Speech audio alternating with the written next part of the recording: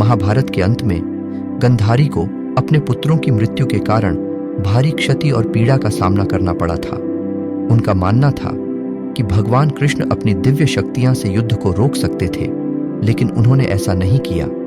इसलिए उन्होंने भगवान कृष्ण को श्राप दिया कि अगले 36 साल बाद उन्हें और उनके यदुवंश को एक दूसरे को मारकर विनाश का सामना करना पड़ेगा और द्वारका समुद्र में डूब जाएगी। समय बीतता गया और 36 साल बाद उनका श्राप लगने लगा। यदुवंश के बीच विवाद पैदा हो गया। उन्होंने एक दूसरे को मारना शुरू कर दिया, जिसके कारण द्वारका का विनाश हो गया और द्वारका समुद्र में डूब गई। एक दिन भगवान कृष्ण नदी के किनारे एक पेड़ के नीचे लेटे हुए थे। उसी समय जरा नामक एक शिकारी जंगल में आया और वो भगवान कृष्ण के लाल चमकती पैर की तलवा को हिरण समझकर एक घातक बाण चला दिया। जब उसने देखा कि उसका बाण कोई हिरण से नहीं, स्वयं भगवान कृष्ण जी के पैर में घुस गया है, तो उससे बहुत दुख और पश्चाताप हुआ। अपनी गलती का एहसास होते ही उसने बोला, हे भगवान, मुझे क्षमा कर दो। मुझसे अनजाने में बहुत बड़ा पाप हुआ है। इस पाप के लिए तो मृत्युदंड भी कम है। कृष्णा ने कहा, जरा तुमने कोई अपराध नहीं किया है। तुम त्रेताया युग में बानर राजबाली थे, जिन्हें मैं पेड़ के पीछे छिपकर वध किया था, जो कि युद्ध भूमि के नियम का विपरीत था। इसीलिए मेरा मृत्यु तुम्हारे हाथों पहले ही लिख दी गई थी। तुम इस अपराध बोध से मुक्त हो जाओ। यह कहकर भगवान कृष्ण ने भौतिक दुनिया से विदा हो गए। दुखी होकर जरा अर्जुन के पास गया और उन्हें स्थिति के बारे में बताया।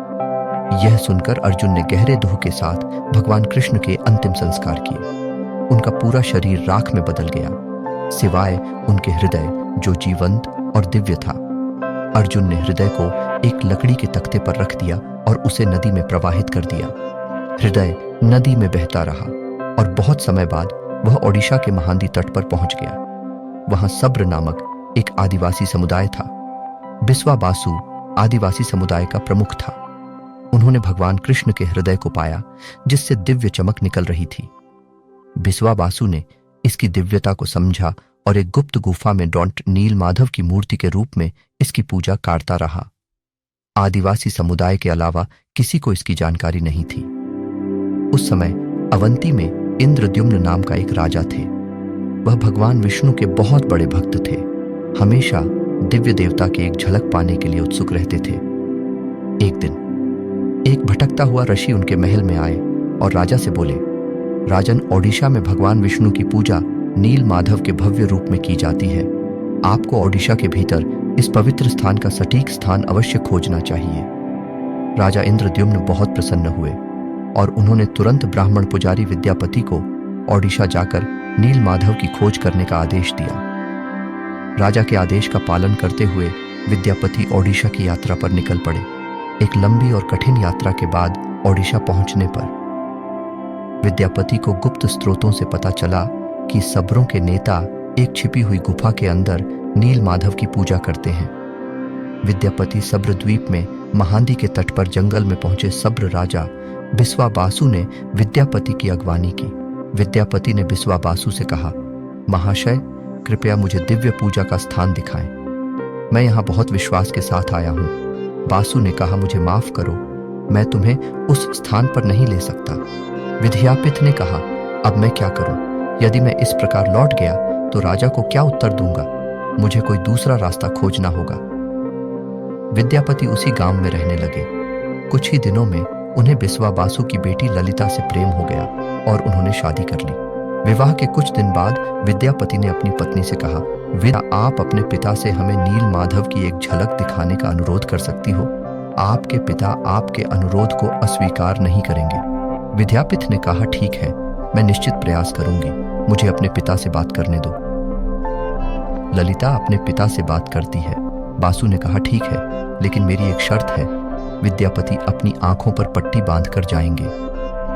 विद्यापति ने शर्त मान ली, लेकिन चतुराई से कुछ सरसों के बीज अपने साथ ले जाते हैं। रास्ते में छिपी हुई गुफा का रास्ता याद रखने के लिए सरसों के बीज को गिराते हुए जाते हैं। गुफा में पहुंचकर विद्यापति ने नील माधव की दिव्य छवि देखी और मंत्रमुग्ध हो गए।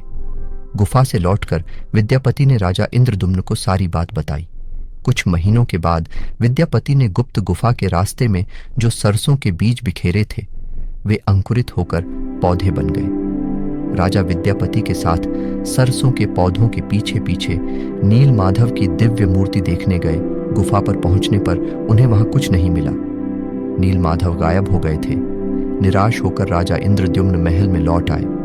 उस रात भगवान विष्णु उनके सपने में आए और बोले, कृष्णा ने कहा, इस संसार में मैं तुम्हें नीलमाधव के रूप में दर्शन नहीं दे पाऊंगा। तुम पुरी के सागर तट के पास जाओ, एक दारू तैरता हुआ आएगा। मैं एक बहुत बड़े सुगंधित लाल रंग के लकड़ी के लट्टे के रूप में प्रकट होऊंगा। उस लकड़ी के लट्टे में सर्वत्र शंख, चक्र, गदा और पद्म के चिन्ह दिखाई देगा। उस लथे को बाहर लाओ और उसे 3 मूर्ति बनाओ, तब तुम मेरी आराधना कर सकोगे। राजा इंद्रद्युम्न ने इस संदेश का पालन किया और पुरी के समुद्र तट पर पहुंचे, जहां उन्हें वास्तव में एक तैरता हुआ लकड़ी का लट्टा मिला। लेकिन राजा के सेवकों के अनगिनत प्रयास के बावजूद कोई भी लकड़ी के लट्टे को नहीं उठा सका। आखिरकार आदिवासी की मदद से लकड़ी के लट्टे को महल में लाया गया, लेकिन कोई भी कुशल कारीगर उस लट्टे से नील माधव की मूर्ति नहीं बना सका। आदिवासी ने कहा, हे राजन, ये लकड़ी इतनी मजबूत है कि इस पर हमारे किसी भी हथौड़े और चीनी का कोई असर ही नहीं हो रहा है।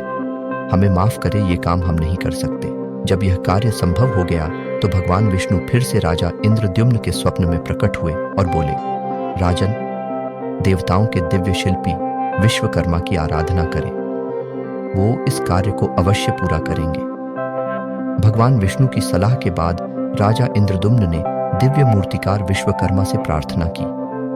तभी एक बूढ़े बड़े के रूप में विश्वकर्मा प्रकट हुए और उन्होंने राजा इंद्रद्युम्न से कहा, राजन, मैंने सुना है कि आप एक मूर्ति बनाने की प्रयास कर रहे हो।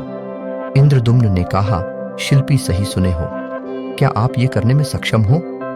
विश्वकर्मा ने कहा, मैं उस लकड़ी के लट्टे से मूर्ति अवश्य तैयार कर दूंगा, लेकिन मेरी कुछ शर्तें हैं। इंद्रद्युम्न ने कहा, हे शिल्पी, बताएं आपकी क्या शर्तें हैं? विश्वकर्मा ने कहा, मैं 21 दिनों में एक बंद कमरे में भगवान विष्णु की मूर्तियां बनाऊंगा और इस प्रक्रिया के दौरान मुझे अकेला रहना होगा। अगर 21 दिन पूरे होने से पहले किसी ने दरवाजा खोला तो मैं मूर्तियों को उसी अवस्था में अधूरा छोड़कर चला जाऊंगा। क्या आप इन शर्तों से सहमत हैं? इंद्रद्युम्न ने कहा, हाँ, मुझे आपकी सभी शर्तें स्वीकार हैं। कृपया कार्य को आगे बढ़ाएं। विश्वकर्मा ने दरवाजा बंद कर दिए और अपना काम शुरू कर दिए। लोगों को कमरे से केवल आरी, छेनी और हथौड़े जैसे औजारों की आवाज ही सुनाई दे रही थी। 15 दिनों के बाद जब कोई आवाज नहीं सुनाई दी तो रानी चिंतित हो गई और राजा इंद्रद्युम्न से बोले, रानी ने कहा, महाराज, मैंने उस कमरे से कोई आवाज नहीं सुनी है। शायद विश्वकर्मा भूख से मर गए हैं। कोई दुर्घटना होने से पहले हमें दरवाजा खोल देना चाहिए। इंद्रद्युम्न ने कहा, लेकिन रानी, उसने शर्त रखी थी कि 21 दिन से पहले दरवाजा नहीं खोला जाएगा। रानी ने कहा, लेकिन महाराज, अगर विश्वकर्मा को भूख प्यास की वजह से कुछ हो गया तो हमें महापाप लगेगा। हमें अवश्य दरवाजा खोल देना चाहिए। रानी ने दरवाजा खोलने की जिद की। अंत में दरवाजा खोला गया, जिससे पता चला कि भगवान विश्वकर्मा 3 अधूरी मूर्तियों को छोड़कर गायब हो गए। राजा इंद्रद्युम्न को विश्वकर्मा की बात न मानने और शर्त तोड़ने पर बड़ा दुख हुआ। इसलिए भगवान जगन्नाथ के हाथ और पैर अधूरे हैं। जब राजा इंद्रद्युम्न उन अर्धनिर्मित मूर्ति के समीप जाते हैं तो उन्हें हृदय की धड़कने की ध्वनि सुनाई देती है, जिससे उन्हें यह झांत हो जाता है कि इस मूर्ति के भीतर श्री कृष्ण जी के हृदय विराजमान है। राजा इंद्रद्युम्न ने उन मूर्तियों को स्थापित किया जिन्हें आज भगवान जगन्नाथ, भगवान बलराम और देवी सुभद्रा के नाम से जगन्नाथ धाम पुरी में पूजा जाता है। और भगवान जगन्नाथ को दुनिया में एकमात्र जीवित देवता माना जाता है जो अपने भक्तों को सुनते, समझते और उनकी इच्छाओं को पूरा करते हैं। अगर आपको हमारा ये वीडियो पसंद आया है तो कृपा करके हमारे चैनल डिवाइन गोड्स को सब्सक्राइब करें और इस वीडियो को लिखे करें एंड अपने मित्रों को भेजना ना भूलें। बोलो जय जगन्नाथ।